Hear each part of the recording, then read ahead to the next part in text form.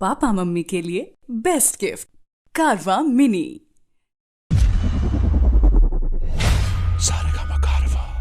सुनिए 2.0 पर।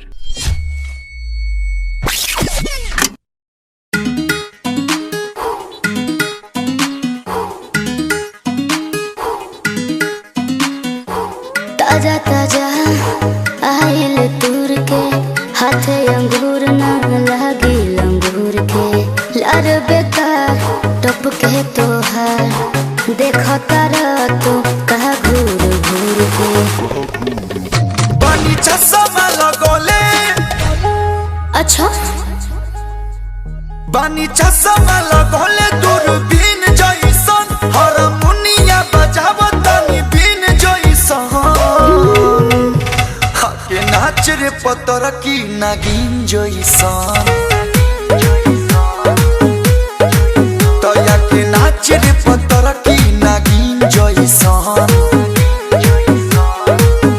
अरे बजाओ बजाओ बजाओ बजाओ बजाओ।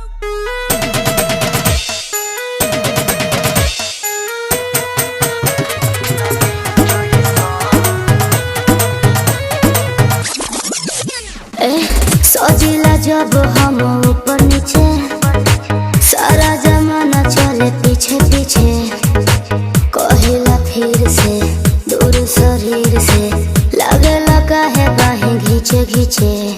अरे बोलो अरे बोलो हई तबला आवाज क्या आज तबला आवाज करे टीन जइसन हई ताल पर तू धिनक धिनक दिन दिन जइसन हाया के नाच रे पतर की नागिन जइसन नाच हाया के नाच रे पतर की नागिन जइसन।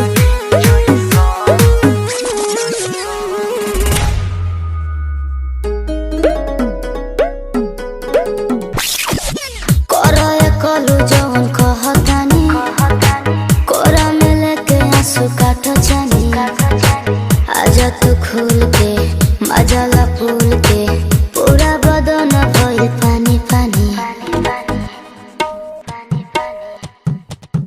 तनी डूब के निकला ओहो हो तनी डूब के निकला डॉल्फिन जइसन तोरा ओठ के सवाद नमकीन जइसन हाया के नाच रे पतर की नागिन जइसन हाया के नाच रे पतर की नागिन जइसन।